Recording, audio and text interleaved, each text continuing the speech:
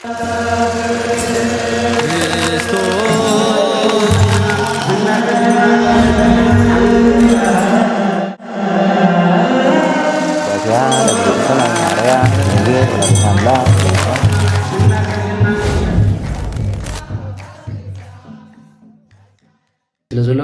ናይ ሕዳር ክነንብቢና በረከት ረድኤትን ናይ ኣብነ ሓራ ድንግል ምስኩላትና ይኹን።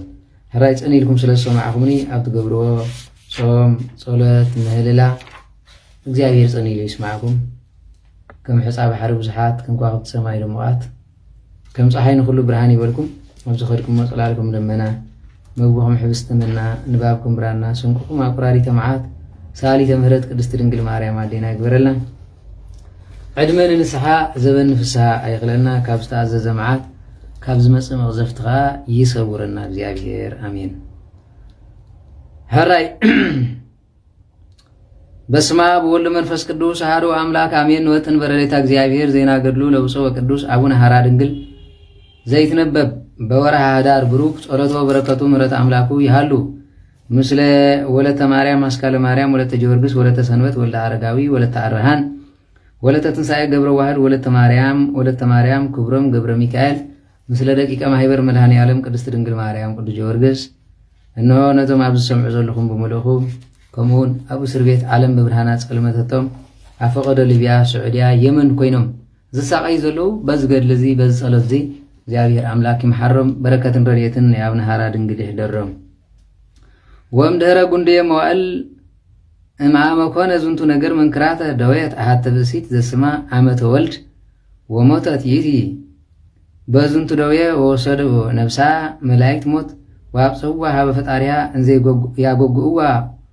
ወያተክልዋ ለይእቲ ነብስ። ሕራይ ናይ መስከረም ኢልና ክንበፅሕ ኢና ማለት እዩ። ነዚ ደንቂ ነገር ዝኾነሉ ግዜ ድሕሪ ነዊሕ ኣዋርሓት ዓመተ ወልዲ ዝተባሃለት ሓንቲ ሰበይቲ ወይ ድማ ሓንቲ መበለት ሓመመት ንሳ ድማ በዚ ዝሓመመት ሕማም ሞተት። ንሆ መላእክቲ ድማ ወየጎጉ ወአብጽሓ ፈጠረያ መላእክቲ ድማ መፅኦም ፈጢኖም ኣብ ቅድሚ ፈጣሪ ኣብፅሕዋ ወየጎጉኣ ወያትክልዋ ለይእቲ ነብስ። ስለዚ ናይ ፈጣሪያ እንዳጻደፉ ኣብፅሕዋ ይብል። ወበይቲ ሰዓት ጸለየ ወበከየ አቡነ ሐራ ድንግል ሃበ እግዚአብሔር አምላኩ ዘይብል መሃር ሊተ ወአንሳ ዛቲ እንተ ሞተት ዮም ወመጽአት ሃቤከ በነብሳ እንዘ ስጋሃ ጉዱፈ ውስተ መሬት እስመ ለሌከ ተአምር እግዚኦ ከመ ተማኅፀነት ብየ ብሂላ ይትርሳአኒ እስመ ገደፍኩ ነፍሴ ወስጋየ ለአሌከ ወለሌከ ተአምር ዘከመ ተለከትኒ አመ ህይወታ። ስለዚ አባታችን አቡነ ሐራ ድንግል ድማ በዚ ሰዓት ናብ ፈጣሪኦም ናብ እግዚአብሔር ከምዚ ኢሎም ጸልዩ። ጌታዬን አምላኸይን መድኃኒን ኢየሱስ ክርስቶስ ሆይ ንሆ ነዛ ነፍሲ እዚኣ ስመሓራ ኣተሳእያ ከመይ ነፍሳን ስጋይን ኣቦይን ነፍሰይን ስጋይን ንዓኻ ሂበየ ዝበለት እያ ንነዊሕ ዘመን ተለኣኸትኒ እሞ በጃኻ ካብ ዘላቶ ኣተሳእያ ኢሉ ጸለየ። ወዘንተ ጸሎት ጸልዮ ኣርመመ አቡነ ሐራ ድንግል እምተናግሮ ሰብአ ቆመ ጸሎቶ ወስእለቶ ወይበሎ እግዚአብሔር ለይለ ወሰድዋ ለይእቲ ነፍስ ወአብጽሕዋ ሃቤሁ። ካብዚ እንድሓር ከምዚ ኢሉ ምጸለየ ንወስቕ በለ። እግዚአብሔር ድማ ጸሎቱን ምህልሉን ሰሚዑ ነቶም መላእክቲ ነዛ ነፍሲ እዚኣ ናብ ስጋ ኣመለስዋ በለ። ለምን ተኣምጻኢኩማ ሃበ ኣኮኑ ሐራ ድንግልይቲ ዘሐራ ድንግልይቲ ንዋ ይትየክዝ ወይበኪ በንቲሃ እስመ በንቲያሁ ይቲ ይዜኒ ምጥዋ ሃበ ዘትካት ህላውያ። ስለዚ ድማ ንሆ ንምንታይ ናብ ነፍሲ እዚኣ ኣምፀኹማ ከመይ ናይ ኣብነ ሐራ ድንግል እያ ስለዛ ነፍሲ እዚኣ ይበክነ ይልቅስና ኣሎ እሞ ንሆ ናብ ኣባ ኣመለስዋ በለ። ወሰሚዖ ዘንተ ነገረ እምቃለ ፈጣሪሁ እንዘሃለወት ውስተ ሰማይ ሰምዓት ዳግመ እምቃለ ዝኩ አምላክ እንዘይብሎ ለገብርኤል ሊቀ መላእክት ሁር ወስብክ አዋዲ አዋዴ ለሐራ ድንግል ፍቁሬ ሰለስተ ግዚያተ ብሂለከ። ካብዚ እንዳሓር ድማ እሳ ኣብ ሰማይ ከላን ፈጣሪያ አንደበት ነዚ ነገር እዚ ንቃል ገብርኤል ዝቃል እዚ ንገብርኤል ክዛረበ ከሎ ከይድ ከሚልካ ንዓለም ምሉእ ስበኽ በሎ ዝብል ሰለስተ ግዜ ክዛረበ ከሎ ብእዝና ሰምዐ። ኦ ሐራ ድንግል ዘተባረከ ብእዴከ ወዘተናዘዘ በቃልከ ዘፀዋዐ ስምከ ወዘገብረ ተስካርከ ወዘአክበረ ባህርከ በውሂበ መብልእ ወስትየ ሎርህባን ወፅማን وزتأمن بصلتك وكيدانك انزهات وغوغي وتو وزدرس مصحفه وصحفه وعنبب ترجم وسمع وزسمعه سب مصحفه قدلك وزنبر بوستقدامك زي عقب عسكرينك وزحوص قدامك وزعفكيرو چاك مسيو امروك بهر او امقرب كابزين دحار حارا دنگل وي بيدكاس تبارخه بقالكاس تصاننعي سمكاس صوعه بعالكاس قبره زخرغاس ذكره نزطمي زبلعه نزعرق زلبسه نبيت كريستيان كادما مايك اديحو اخلا حاوير زهابه نو ببعالكا نزخبره كاب حاتيات بدل نو كلكوا بصلتكا قال امينو نغدامكا استسالمه نغد لها مصحف زصحفه زدرسه زنببه زترجمه زسمعه نو قدلك وزنبره واستقدامك انزي عقب عسكرينك نو عسكرين كان دحلو كاب زقدامكا زنبر وزا وص قدامك نقدامكا زبصحه افكيرو نعاخ افكيرو زمصخ خبر حقن كاقربن وزصوا ولدو ولتو اسمك ودخا قاوليدو ولد هارا دنگل ابن هارا دنگل ولد هارا دنگل يصوا كما يكونوا غزانا مقنيته سغا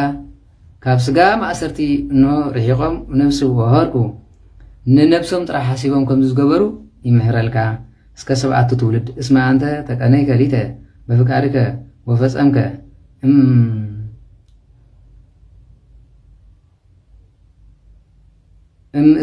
اسك ذات ساعات ስለዚህ ካበጻነትካ ተመሪጽካ ነሳዓዚ ዘገልጋልካ ነኻሙ ንሸውዓተ ትውልድኹም ሕረልካ ይበሎ ወዘንተ ነገረ ሰሚዖ ሰሚዓ ተመይጠት እምሰማይ ይእቲ ነፍስ እንተ ተፈልጠት እምስጋሃ ልበሞት ወተዋሃደት ምስለ ስጋሃ ወተንሳዓት ወይ በኃይለ ጸሎቱ ለአቡነ ሐራ ድንግል ወነበረት ለሰብ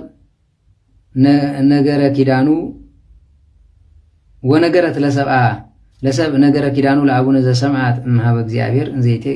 ኢየሱስ ለገብርኤል መልአክ ቢሮሁ ስብክ አዋዲ ለሐራ ድንግል ፍቁሬ ከመጸሎቱ ይድህኑ እንኩነኔ ኩሎም ህዝበ ክርስቲያን ካብዚ እንደሐር ካብ ሞት መስተሰት ኖ እዛ ነፍስ እዚኣ መስተሰት ዝሰምዐተን ዝራእየተን ዘበለን ኩሉ ሰብ ነገረት ለአቡነ ሐራ ድንግል ከምዚ ኢሉ እግዚአብሔር ከም ዝሃበው ንገብርኤል ክዛረበ ከሎ በዚ ናይ ሰማዕ ኩሉ እዛ ሰብ እዚኣ ያምንዋል ሰብ እዳም ገርመኩም ማለት ምስ መልአክ ተዛሪባ አቡነ ሐራ ድንግል ዝተባሃለው ገብርኤልን ዝነገሮ ሰሚዕተ ዝብል ሰብ ምን ማእመን ደብሳዝ ስለዚ ንኹሉ ሰብ ነገረት ብጸሎቱ ብዙሓት ነፍሳት ከም ዝድሕኑን ነገረቶም አቡነ ሐራ ድንግል አይመረ በጸጋ ዘኮነ ነገረ ኪዳን ዘሰማዓት አምታክቲ እሲተ አመሞተት ወተፈሳ አቡነ በእንተ ዝንቱ ነገረ ኪዳን ዘወሃበ እግዚአብሔር ወበተንሰወታ በለዛት ብእሲት እንተ ሞተት ወረየት ምስጢረ እግዚአብሔር አባታችን አቡነ ሐራ ድንግል ግን እንታ ሰበይቲ በመዝሞተት ጊዜ ሰምዓቶ ነዚ ቃል ኪዳን መጸጋ ፈሊጥዎ ኳንተ ነበር አባታችን ግን እግዚአብሔር ብዝሃበው ቃል ኪዳን መይታና እግዚአብሔር ምስጢር ዝራእየት ሰበይቲ ዝምስተዛረበ አዝይ ተሐጎሰ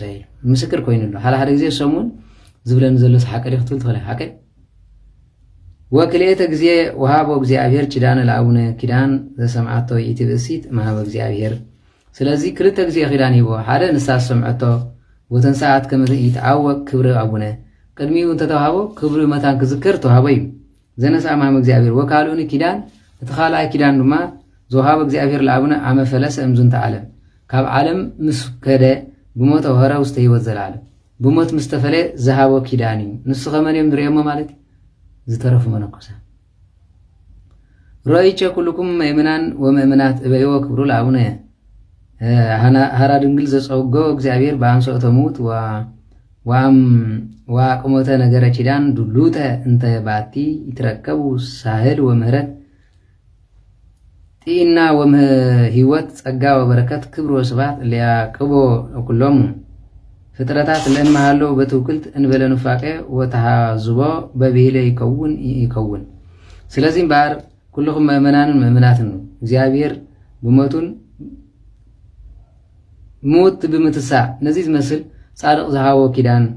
ንሆ ድማ ድሕሪኡ ካብዚ ዓለም ዝሓለፈ ጸጋ እዚ ዝመስል ክብሪ ከም ዝሃቦ ሪኢኹም ተመልከቱ ከመይ ክንደይ ከም ዘፍቅሮ በረከት ክብሪ ወስብሃት ንዝዕቅቡ ኩሎም እንታይ ዝኣክል ትውክልትን ከም ዝሃቦም ፍለጡ ከይንጠራጠር ድማ ካብ ሞት ተስዮ ብዓይኖም ርዮም ብእዝነን ሰምዑ ካብ መስከርዎስ ሓቀኛ ምዃኑ እንታይ ዘጠራጥር ኣለዎ ንሱ ጥራይ ኣይኮነን ምስ ሞተው እንትኾኑ ጸበሉ ተሓፂቦም ዝኸዱን ዝሓወይን ዝተባሃልዎ በአካል ተፈጸመሎምን አኸልቲዮም ይብል ወ16 ዓመት እምዘ ፈለሰት ሃይማኖት እስክንድሪያ ቅድስት ተመይጠት ወኮነ ከመቀዳሚ በትእዛዘ ንጉስ ዘስሙ ፋሲለደስ ወፈለሰት ሃይማኖት ሮሚያ ርኩስ ድሕሪውን ብጸሎቱ ሃይማኖት ዚያማ አስዳት ጠፊሉ ድሕሪ 16 ዓመት ግን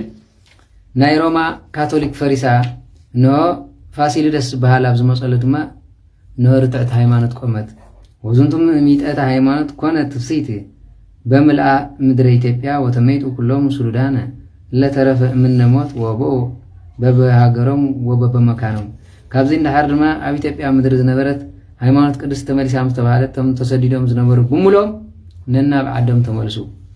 ወሃባ አቡነ ሃራ ድንግል ተጋብኡ ብዙሃነ መነኮሳት ለነበሩ ዝርዋነ በኩሉ መካን ወተዘያነው ተመይጦት ለሃይማኖት አፈቀዶ ፋሒሎም ዝነበሩ ድማ ናብ አቡነ ሃራ ድንግል መጽዮም ከም በሓድሽ ምንኩስነኦም እንሆ አቆይሞም ስለዝነበረ ሃይማኖት ተዛራረቡ ሰናይ ኮነ ዝንቱ ነገር በቅድሚያውም እስመ ተመይጠት ሃይማኖት በብዝሃ ዘመን እምዘፈለሰት ወሰብሁ አይኮትቦ ለእግዚአብሔር ኩሎም ሃቢሮም ባህዳፍ ስለዚህ ድሕሪ 16 ዓመት ነው ከምዚ ኢላ ሃይማኖት ናብ ንብር ስለዝተመለሰት ኩሎም ተመሊሶም ብስባሄ ብዝማረን እግዚአብሔር አምላክ አመስገኑ ወይሉ ይባስ ኢሉ ወኮ ኣብ ሃገርናው ክንዚ ጭንቀት መጽዩ ሙስሊም 3 ዓመት ነጊሶም ኮን ሁሉ ኤርትራዊ እስላማይ ገብሮ ኸል ሓቂ ካም ሄር ትዕቢት ማለት አይረድ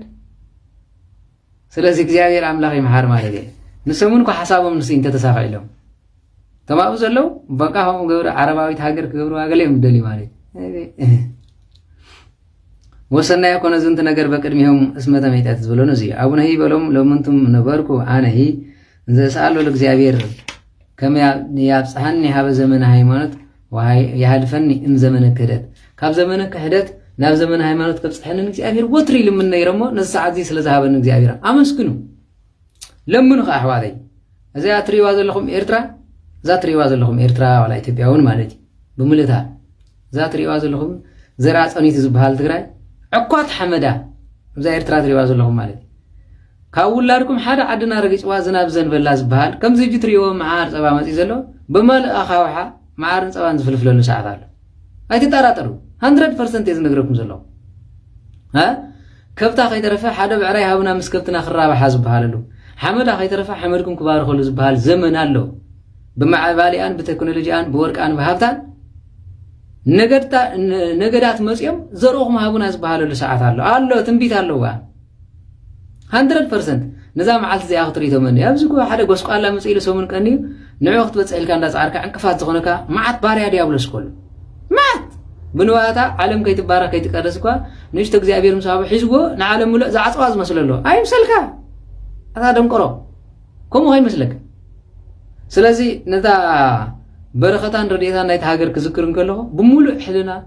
እኔም ገርመኩም ሎሚ ዝበጽሑ ይመስለኒ ነዛ መዓልቲ እዚኣ ክትመጽእ ንኣምላኽ ወትሪ ዝልሙኖሲ ደግ ንጉስ ከም ዝመጸላ ደግ ጳጳስ ከም ዝመጸላ ምእመናና ንሆ ብዘይካ ምስጋና ንሆ ኣብ እንዳ ጓሓፎም ኳ እኽሊ ዝበቕለላ ዘመን ከም ዘሎ ክነግረኩም ዝደሊ ቤት ማእሰርቲ ትዕፀወሉ ሕክምና ዝበሃል ዘይነበረሉ ዘመን ኣሎ ኣዴታትና 5-6 ዝወልዳሉ ዘመን ክመጽእ 5 ቆልዑ ሃንሳ ንሆ ላም 6 ጥብ ተውፀሉ ጤል 4 ጥብ ኣውፅያ እንሆ ትመጸሉ ላም ማንታ ትወልደሉ ጊዜ ኣሎ ኣይትጠራጠር ማንታ ጎስቋላ ንእስያስ ሪኻ ወይ ነዚ ዘሎ ተስፋ ከይትቆርጽ መንእሰይ ኢኻ ኣብ ልብኻ እምብሮ ስለዚ ነዚ ተስፋ ቆሪጽ ዝነብር ሰብ ኣሎ ተዓውበይ ኣነ ነዚ ተስፋ ኣብ ልበይ ገይረ ስለ ዝኸይድ እዚ መጽ ማንም ዝፍንቅለኒ ማንም ዘነቓንቐኒ የለን እንተ መጸ ይረብሕ ተዘይመጸኸ ይኸይድ ንዓይ ክኸይድ እንከሎ ዲያብሎስ እዩ ኣብዚ ነይሩ እዚ ዝኣክል ጸጋ ተዋሂቦ ኢልኩም ንዓይ ክትእምኑ ትኽእሉን ካብዚ ወፂ ንዓይ ጸላየ ካብዚ ወፂ ንዓይ ዲያብሎስ እዩ ስለምንታይ ነዚ ተስፋ ክቆርጸኒ ክቃለሰኒ ኢሉ ዝኸይድ ዘሎ እምበር ንዓይ ክሕግዘኒ ኢሉ ይከደን እቲ ቃልሲ ዝኾነሉ መዓልቲ ፊት ንፊት የጋጥመና ኢኻ ትብሉ ምን ይሃድገኒ ፈቅሩ ለክርስቶስ ካብ ፍቅሪ ክርስቶስ ዝፈልየኒ መን እዩ የለን ካብ ፍቅሪ ወላዲት ኣምላኽ ልበይ ነቒሉ ዝወስዶ መን እዚኣ ጥዕምቲ ሰብ ኪዳነ ምሕረት ቅድስቲ ቃላ ትህበና ተስፋ እዚ ከምዚ ኢሉ ዝዛረቦ ከምዚ ኢላ ተኽላ ዝወርክድ ካብ ቃላታ ካብ ጣዕሚ ነገራ ካብ ጣዕሚ ውዳስያ ካብ ተዛሃበት እንተስፋ ከድገን ዝኽእል ሰብ የለን ተገሊጽ አዲ አዛረብ ከምዚ ተምልከተካ أنا كقدس ميكائيل مسئين عاي كردن زغل سبيلن كقدس جورجس مسئين عاي تصفى خبن زغل يلن كابلي بانو سابين لعلن عاي إنه حبوا زلبسن ولا دي كابابا مسالة آدم لعلي نعاي تولد يزر إكبار خلي زغل سبيلن زين كلهم سورة عند نقرأكم كو أنا ودهم سلزخونكو نسم بسؤالتهم سلزمتني يعني تاريخهم زنقرن بر زي مسئي زيلني بزي لني جراش يقرب نقر مالتي كالا أبو خط نقرني كابز ما ألافات أب عالم زلو أبز ما حبرت معاركم لعل 300 ثلاثة زخون قدسان كنقرأكم كله زين كنا عولتي كاشم كير بيقولنا نايس قابوي كاشم كير بزر إنسون تخونة زر أمي لا تغيران وان تخونت أنا عدي في سمايات زدالو ليس أكا زعبيني زلا أخونو ملختي عبيني صبر هاي تقرأ تلين هاي برسن نزي كي تسمع تيلون أسمعن نزير أيون أنت حلف حلفهم كغابزي وسيلة مسكر صلاة غير كحدت بجراش ها تعبيتكم اليوم ولو ودقتكم اليوم ولو صباحا رياكم كم حصعة نفيكم كم ما يتبجرعكم كم مارشكم يدرى تواحفكم صبر قيتكم تزيكيدو حساو ولو كم خيب سلكم سلازي نزاز الله تسفاق ورسك سيطان تازي قبر أنا قل انت اللي هم صبغ تزي اللي هم مش عملها كاتر فتاي أقمالو እግዚአብሔር ኮንስ ሁሉ ክብል እንከለኮ ነብርሃም ካብ ሰሎሞን ጎመራን ንለጥ ዘትረፈኮን ሰም ሕጉ ስለዝመልኡ በረኸቱ ስለዝኸል ስለዚህ አይትጃጅቡ መንእሰያት ስለዚህ ወናው ተናገረ ዘንት እግዚአብሔር ተምኔተ ልቡ ወሰማን ወስለቴ ስለቴን ሰሚዑ ተምኔተ ልበይ ዝፈጸመለ እግዚአብሔር ነዚህ ምን ስለጸናሕኩ ኢሉ ተሐጎሰ ኢሉ እንታይ ተምኔተ ልብኹም ሀገርካ ሰላም ምኻን ህዝብ ካብ ቅድስናን ብላ ናይ ኤርትራ ጥራይ ይኮነን ዓለም ሙሉእ ተዋህዶ ኸውን እናተይ ተስፋ ኣብዚ ኸልኩ ቤተ ክርስቲያን ክሰርሕ ነዛ ክንዲ ኹረሽ ትኸውን ኩሉ ግዜ ሓንሰባይ ለኽፈልያ ይኩንኩን ዘመን ማለት ከምኡ እንድሕራ ተሓሳስ ባህሊካ መውዲቕካ ኣለኻ ኩሉ መስቀሉ ተተኺሉ እንሆ እንቋቑሖ ዝመስል ቤተ ክርስቲያን ተሰሪሑ ኣብቲ ከዓ ክሰግድ ኣብቲ ከዓ ክጸልይ ዝምስገነሉ እንኳን እንደንሱ ኮይኑ ዝጠፍኣ ኢራባት ኣለዋ ብዓድና ዝጠፍኣ ሰገን ኣለዋ ሓርሽ ጠፍዩ عبيت إنسان تفيهم نسمكم من السوي زي ناتي تلوتي ناتي ولا دحن صلوت الناس لازم يكونكم ناتي بحقي مريدا بقراب تشفينه أنا قبض أرونا عبيب لكم الله قبل جو ساردا نصورنا أخذ مس عبا خلا أمس بس أحكام ويد ما زي كاتي وانتهي أقول لكم دندقز بهالبوت أمس بس أحكام بعلا قد أمس بلب بمحتاج زملاء أسلز نبر فرح جاي صغير نير نبر دير خبرنا بساري رخبني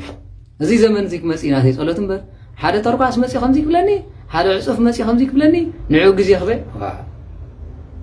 هذا زي بتمسي خاولا بتنا بوليتيكا زلو اختزارب تري لخاص كتجاجا لا كتبال مسلم زدري سبات الله هذا غير توربل مصاوت ولا كيون كناني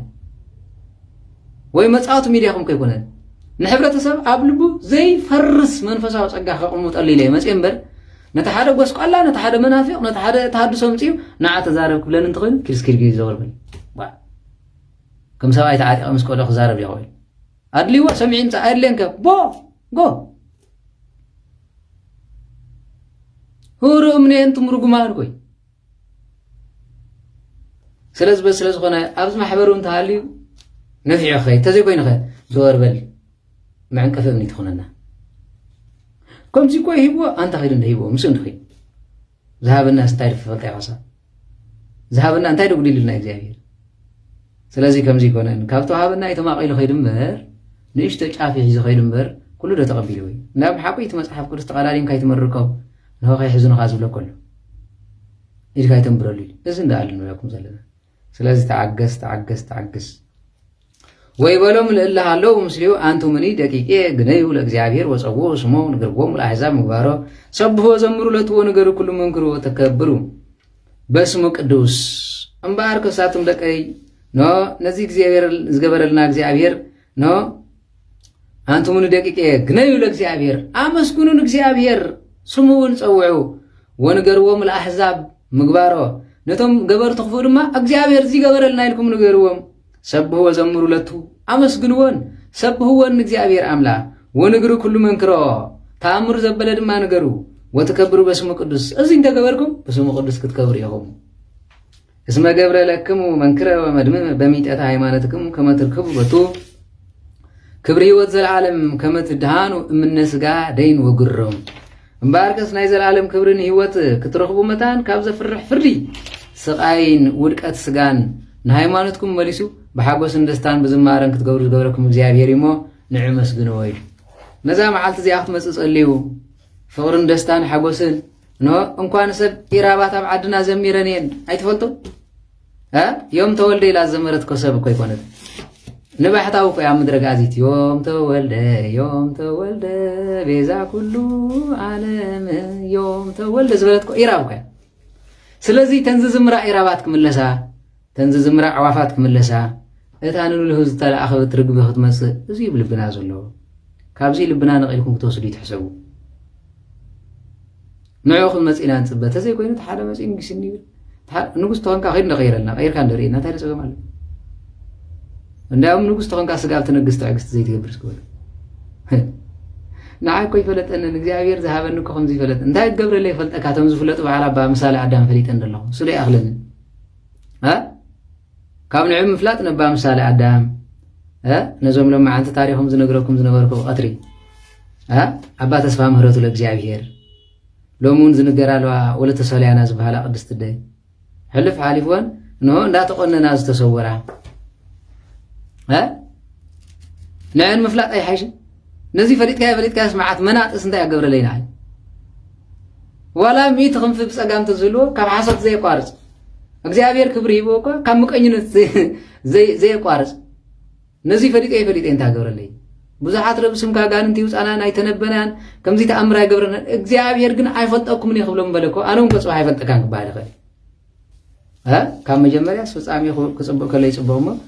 ይብል ፀኒሑ መፅሓፈ መክብብ ምዕራፍ 7 ሓቀት ካብ ምጅማር ምፍጻሜ ዝብልጽ ስለዚ ከምዚ ጌርኩም ምእመናን ልቢ ኣይትረብሹ ክንብለኩም ደሊ በረከት ረድኤት ናይ ኣብና ሃራ ድንግል ምስ ኩላትና ህዝበ ክርስቲያን ይኹን ዝነጠበ ዝጎደለ ብኣፈቱ ብርሃን መላእክቲ ያርመልና ሰላም ለአጻብዒከ ወለአጽፋርከ ጽዕዷት ከመ ህብረ በረድ ጽሩይ ሕብሪ ባህሪ ጽሪቲ ሃራ ድንግል ዘወጎሙ ለሰማያውያን ኃይላት ሰውረኒ ባክናፍከ ዘላሊዮ ንህይወት ነፍሰ ሃጣን አመቀተለ ዳግማ አይሞት ሰላም ለሰኮናክ ወለመክየልከ ለቆም ወዐውደ መከራ ስፉ እስከነ መጠነ ገድሊ ይፈጽሙ ሃራ ድንግል ዮሴፍ ለንጉሠ ግብፅ ፈካሪ ህልሙ ጸጎኒ አክሊለ ጥበብ ለለገሲ ሙአሙ ወምዘ ገበገጽከ አጡ ፈቃደ ዘብሳ ማይተሙ ሰላም ለቆመ ከዛይ መረነትጋ እምና አባላት ወጡ